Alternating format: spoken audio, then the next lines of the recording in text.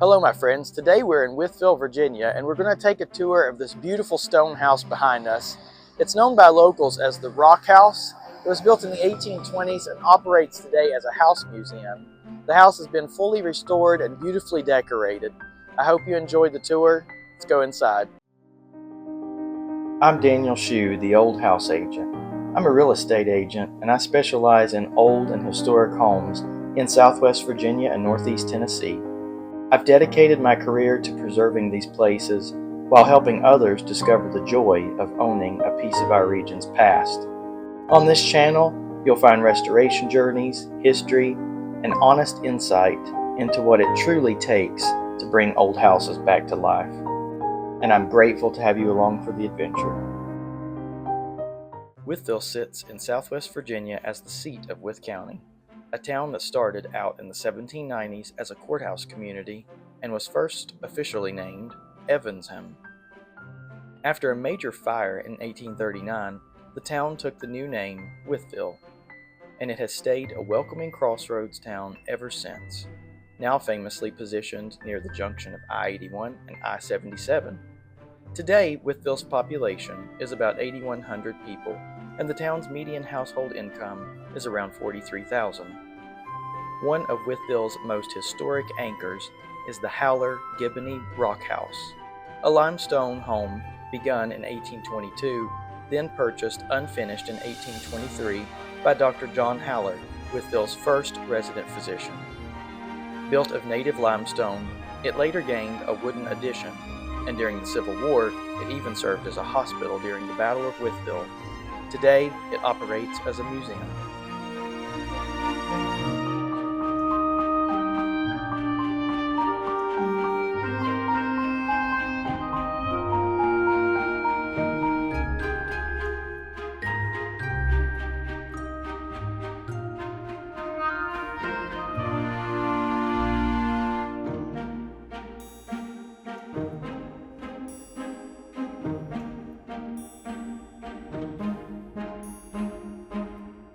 Well, we're inside the Rock House here, and I am with my new friend Grant Gerlich, and he's going to give us a tour around here and tell us all about the house. But Grant, what's your job here, first of all? I am the Director of Museums for the town of Wytheville, and we have 4 properties, 4 museums, and this is one of them. This was one of the first ones that the town took care of. Well, it's amazing that the town cares so much about having museums here. That's not normal. Yeah, we are very unique that we actually have a museum department here, and we see over 5,000 students a year. So it's a very robust educational program that we're very proud of. A couple of years ago, on standards of learning, Wythe County ranked 11th in the state as far as scores. And you're talking about Northern Virginia schools that with a big budget. So we're pretty proud of the fact that I think the museums actually contribute to that. Yeah. That every second grader comes out to May Day every year. So if you matriculate through the Wythe County public schools, you will see us 5 different times from pre-K all the way up to 5th grade. That goes right along by a newsletter today that came out, was about you all and what you do. And I said in there that history is not something that stopped. It's something that's continuing through educating people about it. Absolutely, and history is important. People sort of tend to blow it off, but it means a lot, and history does rhyme. Same thing. Human nature doesn't change. People are the same. Right. It's just circumstances. So our viewers, maybe like me, and a few weeks ago, I didn't know a whole lot about this house until Michael Gilman explained more to me and got us down here. He's good at his job. Absolutely. So tell us about, when was it built? Who built it? What's going on here? Well, this house was purchased by Dr. John Howler in 1823. So it was in the process of being constructed. They finished the construction. I don't know who this was made of stone. There was a brick mason, John Hufford, but this is made of stone, so I don't think it's a Hufford house. So as far as who exactly started it, I'm not 100% sure. But I do know the Howlers had purchased it before it was completed, and they completed it in 1823. And this house has been in the same family until 1967. Wow. So it's got a unique history, and everybody knows of the Rock House. So they call it the Rock House, but it's the Haller Giboney Rock House. Haller's bought it, and then their oldest daughter married a Giboney, and the house went on to them. And then they had a couple of daughters, and so on and so forth. So that's why it's that Haller Giboney Rock House. During the raid of Wytheville, Toland's raid, it actually happened right here on Tazewell Street. We actually have a bullet hole in the windowsill from that skirmish, where Toland actually got killed during that skirmish, and they came down here for the railroad and lead mines, and it wasn't a very successful raid. They did some damage to the railroad, but they fixed it within a day. So that was kind of interesting. That happened right here, and this right out here on Tazewell Street. Wow. Yeah, so that's kind of cool history. This house also served as a hospital during the Civil War. Oh, it did actually. Yes. I hear you. There's lots of stories about houses doing that, but then later people find out that was not true. Yeah, and they would also have medical classes here. They actually had medical school. Met at another place, but that was also a part of this house. So some people think it's haunted. Oh, good. I do not. I've not heard anything, which is a good thing. But they have an app on the phone that you can do it, and they show like a little stick figure jumping around. So it's supposed to be a spirit in here. Oh, it is that room. Okay. Well, that I've not. Yeah, and I've not seen it. We got back from our tour the other day, and I don't proclaim to be sensitive or something, but we got back in the car and we're talking. I was like, the only area in that house that kind of had a feeling to me was that room, and I did not know that. That's interesting. Cool. Yeah. So, but it's and this really is a beautiful house for the period. Very tall ceilings, and one thing that the comment is the steps aren't very steep.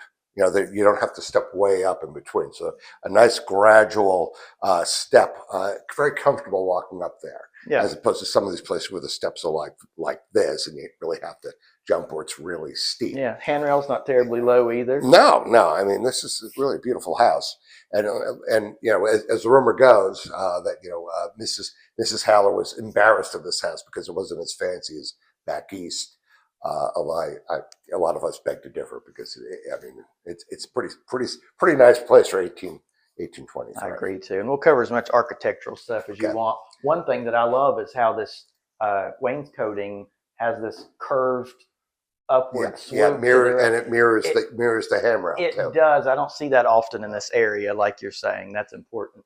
Yeah, I mean it's and the craftsmanship is really nice, and from what I understand, the stones are not mortared; they're just stacked on each other, and then they did the mortar on the outside. So they're not, they're not glued together or cemented together. They're just stacked, and then they did the outside mortar work on that. So that was kind of interesting too. Very. But really nice house. So now this is the parlor. People would come in to visit. They would sit in here and wait for Mrs. Haller, Mr. Haller to come in and greet them. It has a beautiful fireplace. This Absolutely. Mantle is very federal looking, and the stonework is well done. Obviously, they didn't plaster that stonework. Nope. And you see how that's slanted? Oh, yes. So that's what was happening when they built the extension on in 1900. And now all of these curtain rods are original to the house. And, oh my goodness. Yes, and each one goes to a certain window. So when we were putting it back together again, they neglected to number them or identify. So I'm here with Michael. I'm like, try this one, Michael. Nope. Try this one, Michael. Nope. So it was quite a chore actually getting them back on there. And if you look at the tip, like over here, there's a little brass piece in there, and we have a crib upstairs that has that same effect there with the little brass tip there. So we think that it was the same craftsman. Oh, and that's interesting because I've never seen curtain rods like this in a historic house, but they look like the rod at the bottom of a footboard on an early rope bed. So that's really well. You'll cool. see upstairs the crib. Okay, it's very good. The same artist with the turn work. Yeah, so that's kind of cool that it's the same. There's wooden pegs coming out of the window frames that they slip on. Wow. And you can see that one over there, being it's close to the wall. They don't have that same cone tip on there. And here is the bullet hole right here. If you want to take a look at that. That's amazing. Yeah. And of course, yeah, really thick. You look at these windowsills, how thick the house is. That's kind of a neat thing. And these are fancy chairs. These are actually from the 1840s, from Baltimore. So these are actually original to the house as well. Those are beautiful. Yeah, yeah. So, and we had somebody here looking to sit on, like, no, that's an original piece of the house too. Wow. So, and both, because they match, right? They match. Yeah. Mm-hmm. Yeah, our son was quick to sit down. Oh. He's like, no. This is the dining room. Beautiful, beautiful room. Built-ins. Lots of light. Oh, lots of light. Now this was added. This section, because I think it was Fanny, was Kate, that they wanted like light for painting and stuff, like people wanted a place to paint. So they expanded this. This actually was doing this. It was falling back. Oof. And this plasterwork was done by this guy Calvin that works for Mark Zamek. He's a master plasterer. I mean, and he's in his 80s, and still works. And he's from California, and he would work on these $1 million houses out there doing stucco and plasterwork. So he did that, and he put this contraption up there for the arch and all that. This room was, as the story goes, Mrs. Haller. They came from York, Pennsylvania. She's from back east, Philadelphia, Baltimore, and she was depressed because this house was not as fancy as they would have back east. So Dr. Haller bought wallpaper from Philadelphia, had it sent here, and then she was proud to show it off. So that's why this is the only room with wallpaper, and this was a showplace for her. Although many of us believe that it's a pretty nice house in the first place. So we don't know how embarrassed she really was to have people over here. We have the mirror there, and the built-ins. This is all. These chairs are original. These were done by Fanny Gibney. She did the needlework, and she was a daughter of Kate Haller, who married Mr. Gibney. So these are original to the house. Wow. So you see these chairs there, tables original to the house.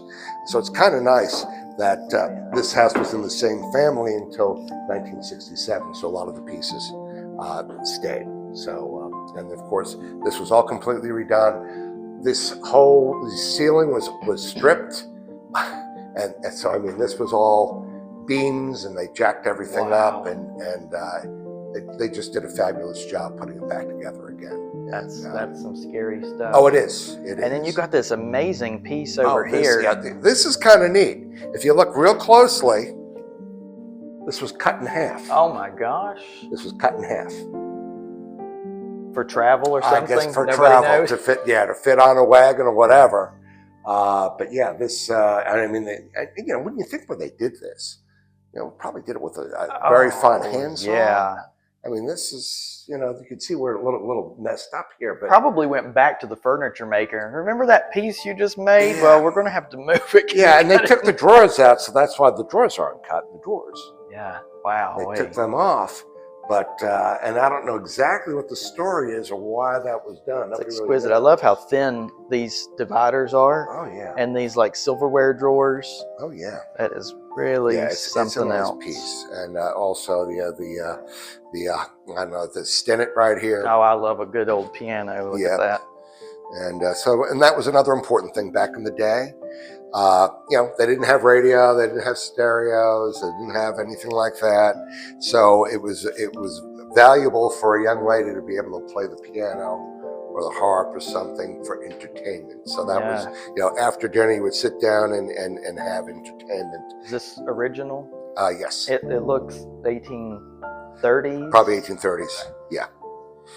Yeah. The legs make it look a little younger, but when I saw that foot pedal. Yeah, And then you've got some incredible built-ins. Now, Michael was telling me that the one that was originally there is now in the hallway there, I believe. Yeah. That's all walnut too. Amazing work. Yeah, and this is really important that the craftsmanship was so well done. They even wanted this bead on the edge of the where it was normally shut. Yeah. Well, what an incredible room. Yeah. Well, We'll head up. Upstairs. We'll head upstairs, and once again, this is the addition built on the back. You can see how thick the walls are, the original stone walls. Because you'll see when we go into one of the bedrooms, which we call the New Orleans room, because of the bed that's in there. You'll see there's a window, but you see the lathing and plaster. Oh yeah, I remember that. Yeah, they didn't bother to cover it in. That's the addition. So they never did anything to cover that up. You think they just hung a curtain over it? Yeah, probably. Wow. That's interesting. I don't know that I've ever seen anything quite like that. Yeah. So that was done in 1900. So this bed came from New Orleans. This is actually a Haller descendant that donated this, but it also reflects that the Deep South was warm. This was a place in the summertime where people would come to get away from the heat. Matter of fact, our elevation is a little bit higher than Nashville. Okay. As a matter of fact, by about 50 feet. So this is higher elevation here. But this is they call this New Orleans because it came from New Orleans. And it's some really nice furniture. Not to say this is original to the house. Oh, I love it. Anything, but it is very attractive. And a very fancy commode here, with a little seat. And look at that. It folds down. Let's see if we got this to fold down. Come on, Grant. There you go.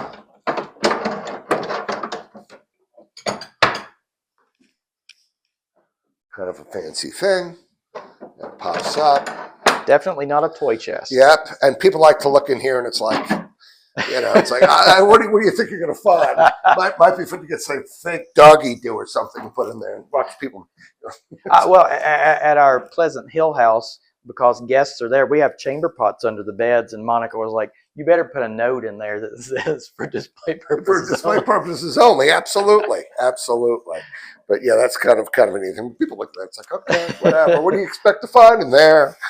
Oh, and these doorknobs. Yeah. You're lucky to have such original things. Yeah, a lot of that is. And like I said, when the guys did the work here, they stripped everything, down to the middle. Like, it's beautiful. That was all clogged with paint. Gosh, and it was brass, not cast iron.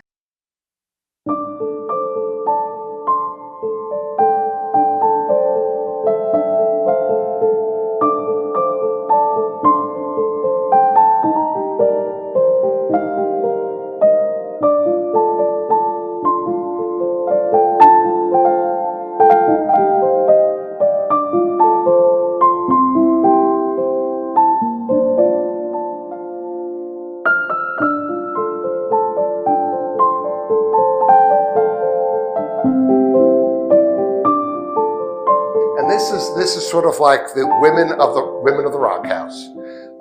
Kate Haller, the mother, she actually went to the inaugural ball of Buchanan. Here's that image of Robert E. Lee on Traveler that Fanny Gibney did on a piece of fungus. I see. Is this all her artwork? Yes. Wow. Yeah, she did a lot of burnishing. Kate, her sister, was a musician. So you have Kate Gibney and Fanny Gibney. And we have a lot of photographs that she did. We have a lot of glass plate negatives. Oh my goodness. Kind of an interesting thing. When this place was done, we were going through things, putting things back together again. And we came across 5 boxes of 400 speed black and white film. New film, not used, 36 exposures. Back when they had film back in those days. Well, these are, this is like, I got cold chills. Yeah. That is a house for, what is this, 18? Probably 1880s, 1890s. I mean, that's what a house looked like back then. Like a very eclectic clutter. Right. This isn't a magazine where we're assuming what it looked like. That's it. I mean, these are so, and this one where they're standing in the river is, there's one of people in hospital. That's the institution. The mental institution. Not that one. That's my favorite. That is a wonderful photo. Yeah. Gosh. Yeah, and then we have a backlight scanner that we can actually put lights on. Now this is one of the photographs that of the glass plate negative, and we didn't notice, but on top of the glass, she has actually, this is a repass. Oh, neat. And that's a family here. Repasses. So you can use that for ancestry. Yeah. And actually, we're going to look at the other ones, but I think Fanny actually put the names of the people on here, which is very, very important because you can have pictures, pictures of a scene of a town or a place, but when you have photographs of individuals and you don't know who they are, that's a little bit more difficult. But yeah, these are all these different pictures here, and that's kind of cool too. That is. Yeah, but yeah, and some of these houses aren't here anymore. But yeah, there you go. And yes, I mean, just really cool stuff. But people like this. They look at this stuff and it's just bygone era. Yeah. But she took pictures. Pictures of Kid with the Doll. But yeah, just really cool stuff here. A nice cover there. Yeah, but this is when they worked at the institution, so you see a lot of these institution pictures too. But anyway, but yeah, people like this, and they just represent Fanny, what she did, and then Kate, she's a musician, and then of course Civil War at the Rock House, Toland's Raid, coming down 4th Street. They actually started from the Homestead because that was the high ground. If you look at the Homestead, Tazewell Street goes up where the visitor center is. Okay, yeah. You're looking down. Okay. And that's where they started. Rumor has it that the Huffords, because that house was built by the Huffords in 1848, gave the Union soldiers biscuits, ham biscuits, so they wouldn't burn down their house. Wow. But we don't know about that. And this was the last of the curtain rods up here. Okay. We had to put in place. And a very nice landing here. And we'll eventually go up to the 3rd floor. Wonderful. And what we call the children's room, they call this the girls' room. This is a great space. That little fireplace. Mm-hmm. It's just I don't know. The only word I have is cute. It's very well done. Real beautiful mantel. Mimics the one on the 1st floor, but a smaller version of it. Exactly. And furniture. This is an original piece here. Matter of fact, there was a gentleman here that's a conservator from Winston-Salem, and he was taking pictures of this because he has a chest similar. He's trying to figure out how to fix the legs. Oh. So, he was here looking at this stuff like a kid in a candy shop. I bet so. Looking at a lot of this stuff. And this is a rope bed. The bed is incredible, and it's all bird's eye maple. Yep. Rope bed, sleep tight, don't let the bed bugs bite.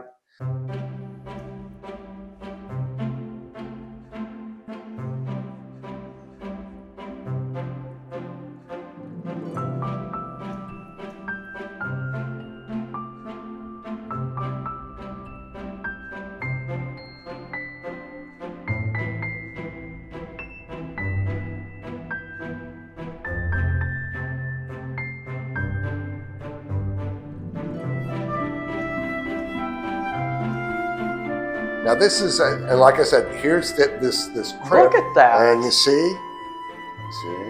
So those are identical to the rods. Looks a lot like the curtain rods. Wow. Yeah, so we think this is the same artist. Has to be. How neat. Yeah, and of course the little brass buttons that they have. I forget this one's missing, but kind of a cool thing here. And the children's room. This piano is actually made in Wytheville. Wow. Piece. And I think that is that's a Wytheville piece too, as well. Like at the Homestead, everything's Wytheville pieces. And Michael is a very big proponent of all things Wytheville. And, as he should be. Yeah, it is Wytheville. Yeah, it is. So and we're unique that we actually have that stuff now. Now during the war, as they'd say in Georgia, the wall. They actually tried burning the house here, and this was burnt.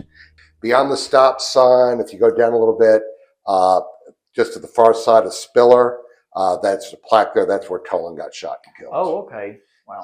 And this street was sunken at the time. So the people, these were townspeople shooting down at the Union soldiers because the ground was, the street was lower than the sidewalk.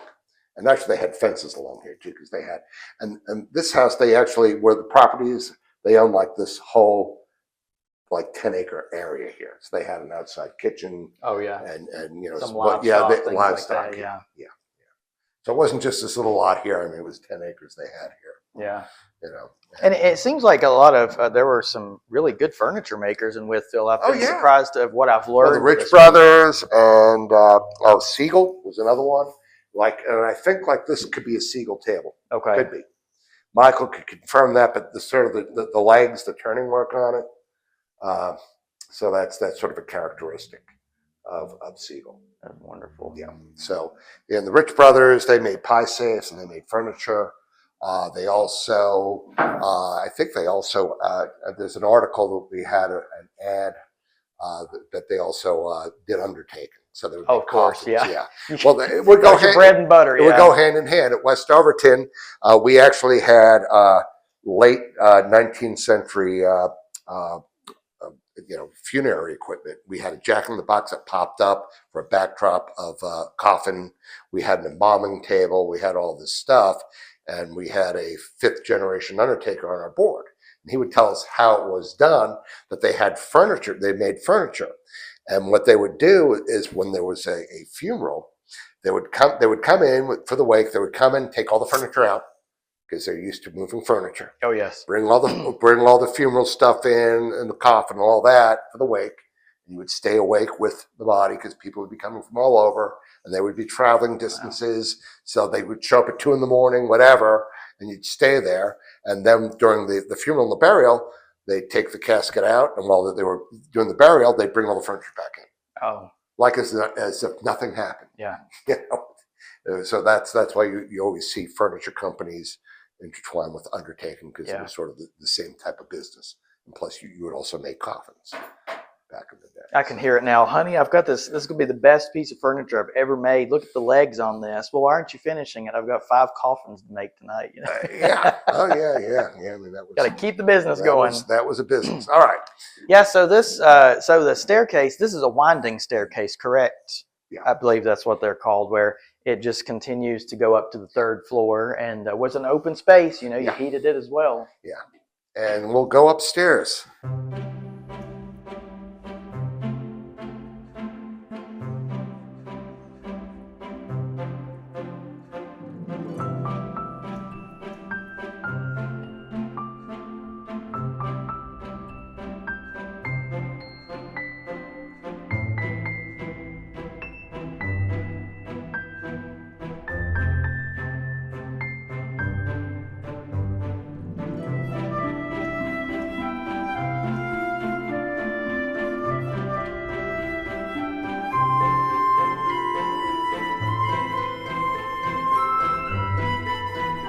Call this the boys' room. There's a chamber pot down there, not as fancy like the throne in the other one. And just a bunch of toys and stuff. When we do school tours, the kids like to come in here. They like to look at these different things. They're like, yeah, these are real toys. They're not video games. They're not Candy Crush on your phone. And a ghost lantern there for like projections. They're like a Kenner thing that they had back in the day. Yeah. And an abacus, for slate for math and such. There's a replica of the Rock House, a little folk art thing made out of spools. This is my favorite room for sure, and the floors in here are incredible. Oh yeah, because it's the attic, so they just use wide boards. Yeah, this one's like 16 inches. Oh yeah, these are huge. Yeah, they don't make them like that anymore. But still, they thought enough to put a baseboard in. It had a little bit of elegance. Yeah. And in the summertime, it gets really warm. Oh, I bet. Really warm up here. I bet. But yeah, little dolls and toys. But the students like this when they come up here and look at it. But just tell them, don't touch. And they like to play with that little set down there, the wicker set. That's neat. Yeah. And there's a little hourglass trunk. I had one like that. There was an old building in Glade Spring that they were emptying, and I was about 15 and went in there, and I found these pieces of wood, and I gathered them all together, and when I got home it was a trunk just like that, and I glued it back together. Yeah. They had apparently thrown it off the balcony of the bank. This lock, before we go out of this room, check out this wooden lock. Yeah, it's cool. That is really, really neat. I don't see many of these in old houses. There's a story of one at Deary. We took a tour of that, and I don't think it was no longer there, so it's really neat to have those. And all this latch system. That one's, of course, missing a piece, but yeah, what a cool cool door. Oh yeah. This house is yeah, and the fact that it's been in the family, all that time, and then the town took it over. I mean, a lot of this stuff is, still here. Which is really neat. Which is kind of neat. Monica, before we go down, check out this really neat view people, here. the kids freak out when they see this because this is sort of you're kind of high up here, and changing this light bulb is a lot of fun. Just stand on the rail, it'll be fine. Yeah. Thank you so much for watching. If you love old houses as much as I do, then I invite you to follow along on all my platforms. You can subscribe to my YouTube channel, you can follow along on Facebook for daily posts, and for a deep dive into history and real estate, you can subscribe to my newsletter. At theoldhouseagent.com, you're going to find valuable resources, regional history about Southwest Virginia and Northeast Tennessee, plus all my current listings. All these likes, shares, and subscriptions to these videos help keep the stories of these places alive. I'm Daniel Shew, the Old House Agent, and I'll see you on the next video.